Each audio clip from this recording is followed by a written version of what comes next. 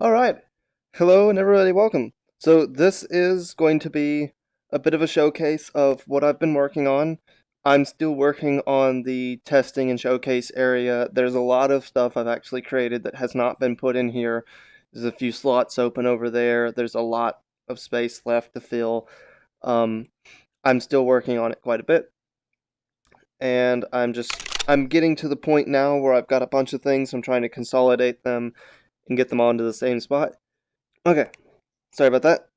So yeah, uh, so I figured I'd come to a point and showcase some of these things. Now, I'm probably not going to describe the gun in too much detail. I've tried to talk about it in a few videos here coming up, or a few videos ago, and it's just getting too complicated. There's so much happening with the guns. There's so many things that the guns can now do. Uh, it's getting to be a big code base. Even though there's only a couple of items, they do a lot of things already.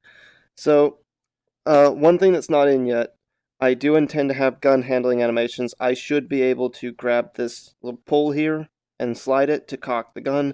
Currently, I'm still doing that with button commands. And of course, I've got the debug timer, or debug readouts for my ammo and whatnot. So what is this? This is what I call the Franken gun. Some people would know this as the Polygon's SMG for their sci-fi theme. This gun, for me, does pretty much everything my gun code can do all at one time. It makes for a wonderful test bed. I did choose to put everything in one class just to make sure that all features can be made interdependently compatible. So I can use, for example, energy weapon code with projectile code, which comes out to be some really neat things. So first of all, yes, every bullet in here is kept up with. I do have other options that I can stick in here, and it will keep up with each of them in order. And so that is the common ground for the... screw you, I can't reach you. That's the common ground for simulation mags. Simulation mags hold bullets by the individual bullet. So if you wanted to, say, have a shotgun and you have a variety of types, you want to, for some reason, load a slug, followed by flechette, followed by buckshot, or birdshot, it will fire it in the order in which you load it. This here is just a little more of a plain Jane gun. Fires bullets. Looks a little something like this. Also, please ignore that those are red. Work in progress. I haven't touched those in a while. So yeah, kinda does what you would expect a gun would do. Likewise, if you cock a gun, normal guns would keep a round chambered, so I can actually technically take the mag out now and fire the gun. Another cool feature I can do with that is drop it on the floor. But an actual cool feature I can do with that is, if you don't want to physically cock the gun, you can eject prematurely, slap a new mag in, and keep going because they're still around in the chamber. Other than that, you may have noticed the 200 there. That is actually energy. That comes into play with energy-based weapons that they can... It's an energy weapon. You have a store of energy. I can keep up with multiple batteries. I can have, say, an internal battery. And if I put in a data mag, it actually has a battery of its own. Here's the thing about data mags, why I think they're cool and why I wanted to add them so badly. This gun does nothing, but it has energy. Data mags hold the bullet data, but they don't hold physical bullets. The data mag never runs out of bullet data because it's just a storage container. It just tells the gun what to fire, and the energy is what pays for it in. So this will now fire in data. If I take this out, it will no longer function. I can still fire it like this, and if I wanted to, I can now put in a physical mag. Physical bullets always override data, and now it will fire the physical bullets, and when it runs out, it will start to fire data again. So nothing in the mag, and now we're firing data. The reason data mags are what they are is they would allow guns to theoretically, you could have an energy weapon that fires one type of laser, and then you could have another data core that would allow it to fire like a supercharged laser, or basically different styles of the same gun. So I would have an upgradable gun per se. Another neat thing they do is if you don't want that, you can actually, or I can actually, set up 3 different types. For example, if I click over to setting 3, it will cost 5 data per round. Ignore the fact that it fired 1 shot in the first round. That's a weird bug I haven't figured out how to track down yet. But, so yeah, see now it is, oh, I know why. Because the last round, I know what the bug is now. All these bullets now cost 5 per shot, because each setting can have its own cost associated. And you might have noticed too, I have an auto recharge enabled on this gun. I can turn that on and off at free will per gun. And these mags are just so cool. I love this. I love that. That's so cool. I have other guns working too. I kind of needed that. I forgot to lay out some ammo cartridges for that. That's weird. Give me that. So, thank you. So yeah, there are other guns. Now, I do have a large collection of guns. None of these guns have been converted for actual use. A lot of these, like these set right here, I've actually gone through and reworked their 3D models. So as soon as I feel comfortable, a lot of this stuff will be good to go. I can actually pump out guns pretty quickly as a show of how fast I've done it before. These guns right here, these are the working of the low poly guns, and all the ammo magazines and whatnot for the rest of them when they get added. These were added in a couple of hours. Granted, there are no animations to set up. These guns aren't quite as complicated. Guns can be added very quickly to the system, and I think that's awesome. They do. You can do dual wielding, of course. Also, I like the idea of low poly guns that are just a little bit OP physics wise. I think that's really cool.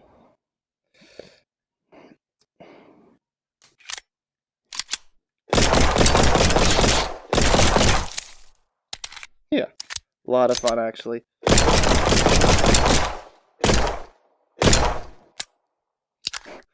Actually is a lot of fun. Yeah, okay. Okay. So another cool feature these guns have, hold on. So another cool feature these guns have is that most guns can actually take multiple types of mags. So of course, I wouldn't limit you to one mag when you could have a standard mag or a drum mag. You can, of course, equip a regular mag, or I can get a drum mag and have extra ammo. Or some guns have as low as 5-round magazines. This is actually a 20, but I've seen guns with 5-round magazines that would normally take a 30 or potentially a 50, and so I'm going to be adding stuff like that to the game. Stuff that I thought was neat. And of course, too, you wouldn't expect it to be a gun sim if we didn't have fire modes. So that's a single shot. We can go to burst. Fully automatic. And then safety.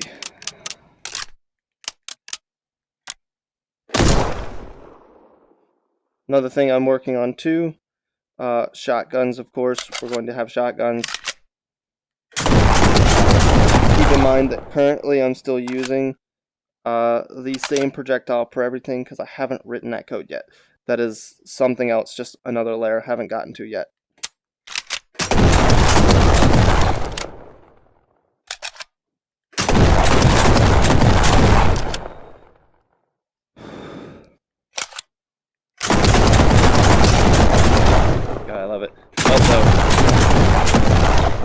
not this one. This one's a bad example. I'm still working on. Also, I don't know why those are so big yet. We'll just do away with all that for now.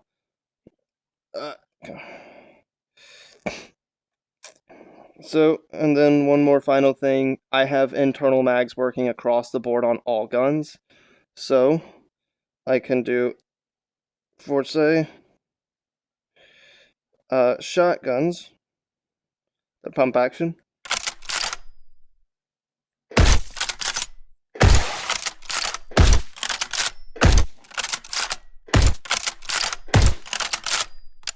A lot of fun.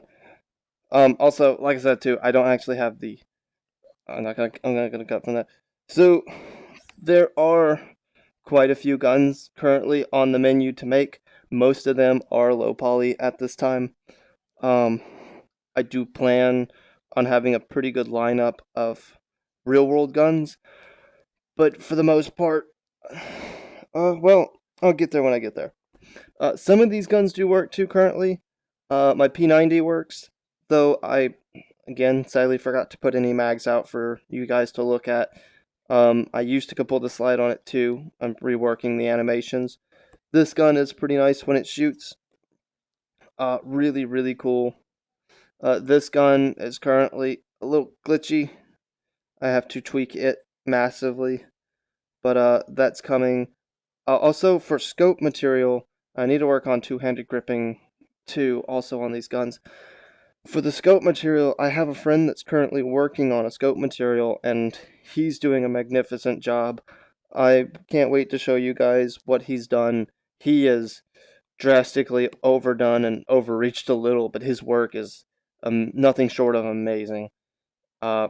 He's got every feature request I wanted in there, and I can't wait to show it to you guys when he finishes it. And now let me, real quickly, come back over here and find my there it is, my debug rifle, because it doesn't run out of ammo. I kind of want that for the next showcase here. Well, it does run out of ammo, but it recharges. So, these are all of the physical materials that we have in the game at the moment. I'm probably going to add several more of my own, but these are the ones that initially came with the kit that I bought. I spent about a week tailoring these for VR.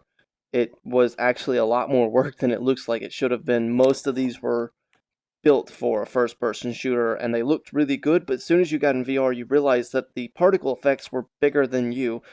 And in VR, it's just extremely noticeable, so everything had to be reworked and tweaked, and now it all looks really good in VR. Some of it might be a little bit small, actually, but I think it all looks really nice. So, where's a fun one to start with? Metal's a fun one to start with. Yeah.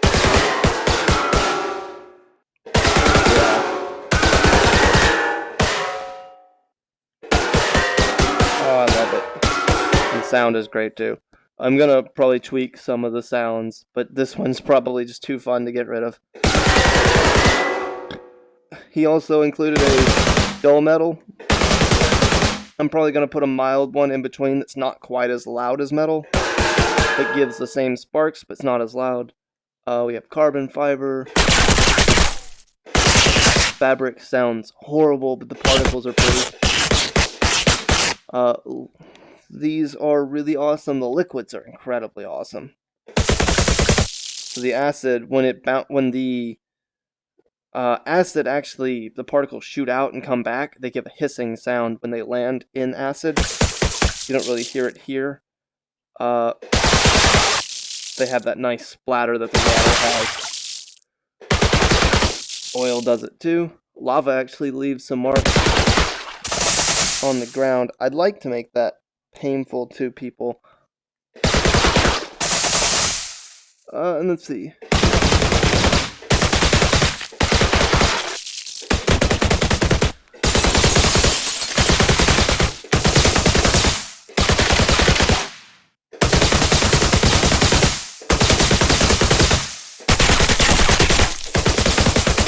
I'm just going to quickly run through a lot of these. Most of these don't really need explaining.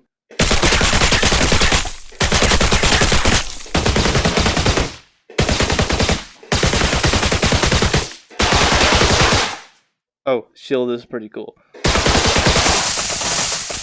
I love it. Also, it's very similar, but it's slightly different from electrical. Electrical doesn't bounce as much as shields do. Alright, back to these.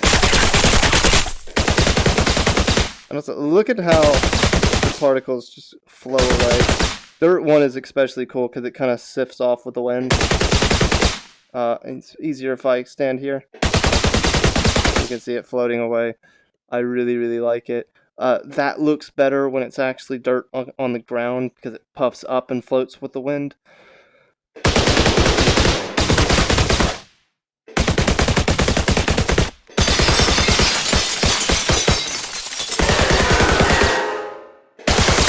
Oh, I love it. It never gets old. Okay, and so that's that for the moment. There's plenty of room to expand that if I need to. There's really not too much to add in there. I could retweak most of these particles to do pretty much anything I wanted to. It's a really, really nice kit, and it's going to fit in really nicely. So last but not least, if I come up here, I have my climbing section. And so I've added things like a peeking grip. So let's say if I'm coming around and I'm trying to be a little sneaky, come up here and peek around. Like, I know you could just as easily come up here and do that, but there is a certain feel. Like, I like being able to reach out and grab the corner of the wall and just peek around. Okay, I'm back. Hopefully the game won't glitch out this time. Alright. So real quickly, let's cut back over to the climbing section. So anyways, so I showed you guys the peeking grips previously. I do also have, and this is the one that I actually spent a little bit of work getting ready. It's two-handed climbing. So there's still a lot of polish left to go here. But currently, there's problems to me with one-handed climbing. Say if I grab with my right hand and I'm climbing my right, and now I grab with my left hand. If I have not let go of my right hand, it feels wrong and punishing to let go of my left and then fall. So like, and that would happen to me a lot in games. So let's say I grab here and I grab here and I grab there, and I look up and I change my mind and I want to let go of my left and start climbing down, I would fall. And that is really confusing and frustrating at first, and it takes a lot of getting used to.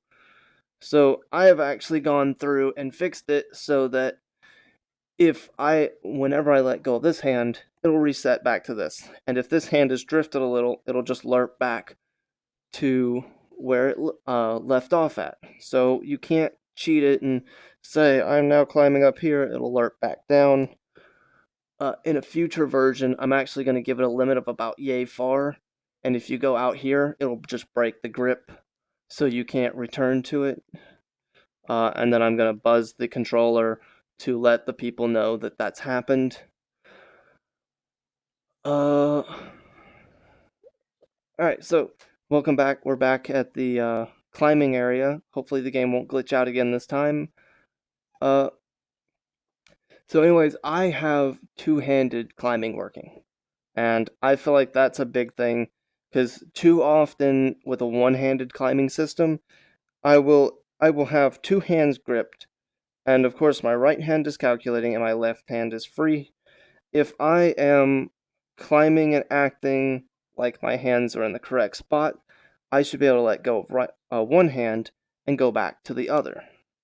And so that's exactly what I've done. And what you'll see too is I've added kind of a lerp back, so that if I stick my hand too far away, it'll just come back. Now the idea here is too, if I come out past here, I'm going to have a validity check to say, is your hand too far away from the place it should be gripped? And if it is, just break the grip when I release my other hand, because I shouldn't be allowed to come out here and come back.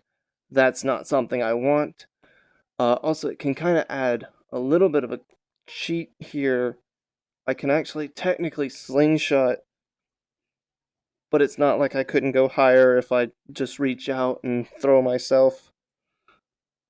Um, so yeah, so that's the idea. I'm gonna break the grip after a certain distance and just say that you don't get your grip back if you move your hand too far out of bounds, because that's unrealistic. Another quality of life improvement I've made, and I'm gonna hold it up to a dark spot here.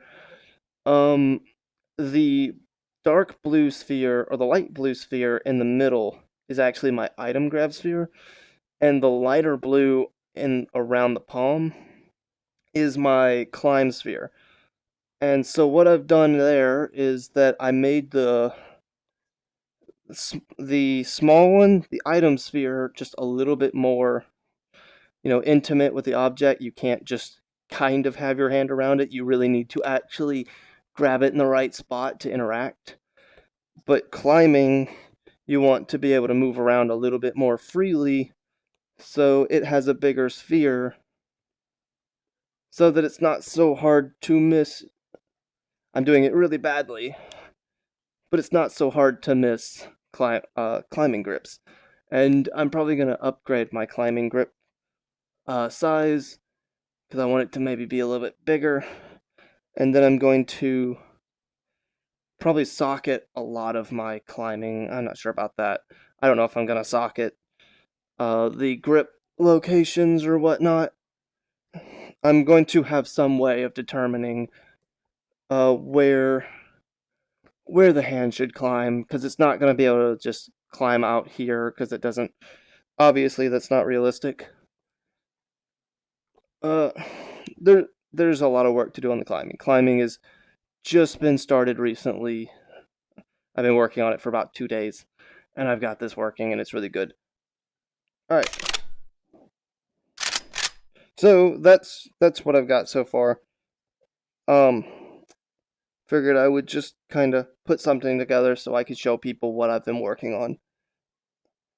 So yeah, have a good day and the rest of your evening, and I'll see you guys next time. I love that.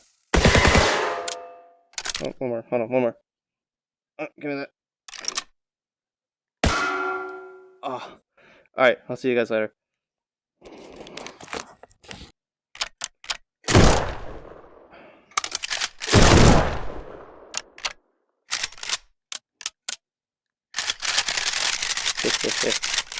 Okay.